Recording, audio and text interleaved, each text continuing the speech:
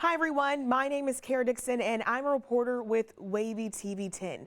In honor of Black History Month, I wanted to tell the story of a moment so significant to Black American history, the arrival of the first documented Africans in English North America. And guess what? That moment happened here 400 years ago in Hampton Roads. The region is commemorating that anniversary through a number of programs and events, but how significant was that moment in history? Well, take a look. Can you imagine 400 years ago being captured from Ndongo, Angola, and be placed aboard a slave ship, not knowing where your destination would be? 1619, the year the White Line sailed across the Atlantic and docked on these shores. Arrived right here at Point Comfort, today's Fort Monroe. Now stands a historical marker in the place where Calvin Pearson looks out at the waters, where around 20 Africans were brought here against their will. What was going through their minds, arriving at a location they didn't know where they were, arriving at a destination where they didn't know what their future would be? That future would be marred with stories of discrimination and oppression for centuries through slavery and Jim Crow laws. But it was also filled with hope and perseverance through the Civil Rights Movement and the election of President Barack Obama. 400 years of history, 400 years of inventions, 400 years of achievement.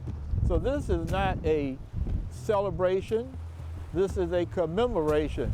To do that, Fort Monroe will hold programs and ceremonies throughout the year. It's something Park Superintendent Terry Brown says everyone should experience. Yes, it's been a tough journey, but I want them to walk away with the sense of, wow, look how far we've come. A long way from being dragged on shore, shackled in chains. It's not just a Black story or African American story, it's an American story. It truly is. It's a story that needs to be told.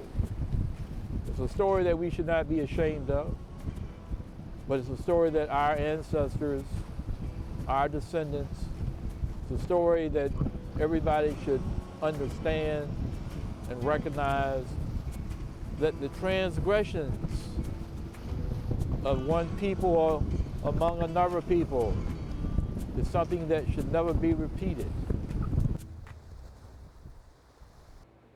But in order to do that, we must go back to the year 1619.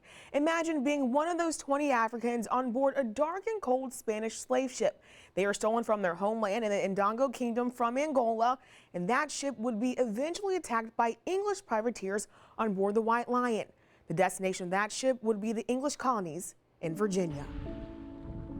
If these shores could talk, the stories would be as endless as the drops in the ocean.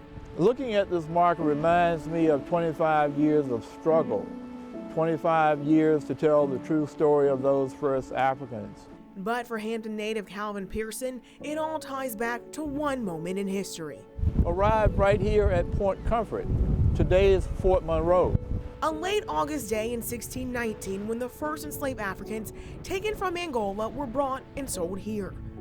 Two of those first Africans were Isabella and Anthony. They became servants in the household of Captain William Tucker, and in 1623 they gave birth to the first documented African child born in English-occupied North America.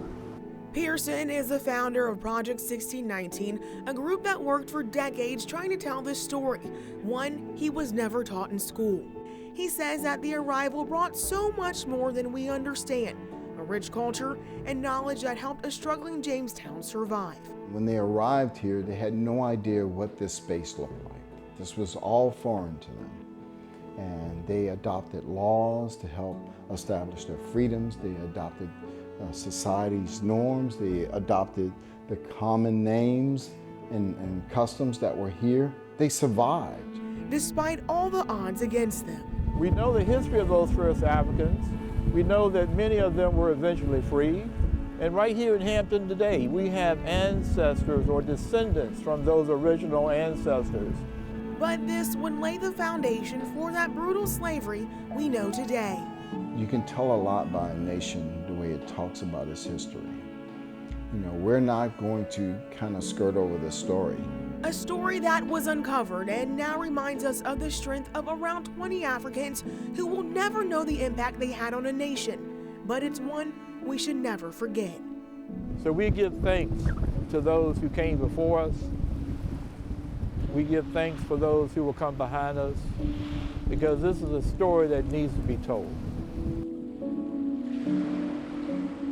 And it is through the National Monument's 400th commemoration. It's something they've been working on for years. It's themes and stories they want to pass along, but if you want to know where you're headed, you must know your past.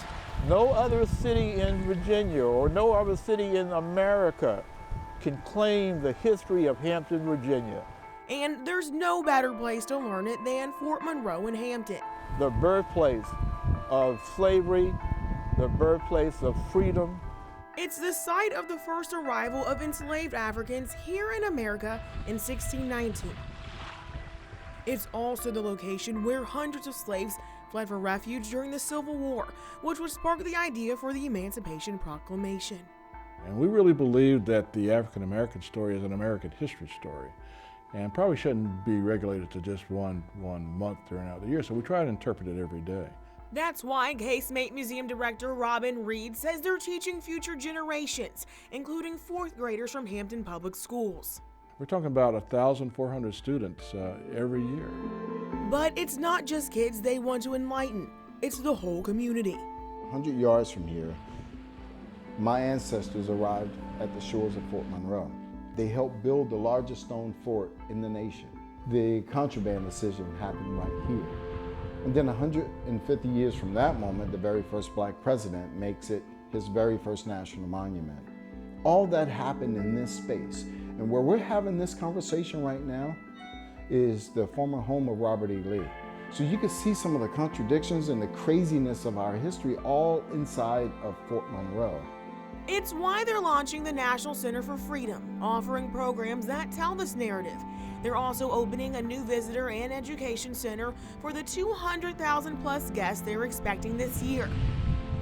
It's these stories they'll continue to tell decade after decade, one they'll reflect on every day in hopes of making our country better for all those who call it home. Where we are as a nation today, I think, is a great place for this commemoration event to mean that much more. And it can, if we take a look at what Fort Monroe truly means. I like to refer to Fort Monroe as America. The place where the first Africans were brought to English America in 1619. The place where hundreds of slaves fled for protection during the Civil War just years after building up this stone fort. The place that became a national park under the first African American president. We have all these narratives running in and out of this space, but we also have some complications. Just like the rest of our country, says Park Superintendent Terry Brown. If you're going to mention the Statue of Liberty of the Grand Canyon, you should mention Fort Monroe. He says it can serve as a lesson and a reminder about the conversation we all still need to have about race. There's no greater time in history for you to wake up and pay attention to what happened 400 years ago. We're still debating some of the issues that were being debated during the American Civil War, and it's now 2019. So we need to remind people of these stories. We need to remind people of these origins. If not, that narrative will get lost. Robin Reed is the director of the Fort Monroe's Casemate Museum. He believes that learning about our history can help heal the wounds our country still struggles from. Today, as we sit here in this world of polarization that we're all dealing with, that the telling of these stories become more and more important. Because until we start to understand one another, until we start to walk a mile in somebody else's shoes, we can't understand how your individual heritage impacts you on a daily basis. While Fort Monroe continues to get ready to commemorate around 20 Africans brought to these shores 400 years ago, we can get ready too by taking a look within to see what we can do to make sure this history doesn't happen again. I love my nation. This is a great country, but if we don't begin to talk about some of these difficult topics, we're going to be repeating them.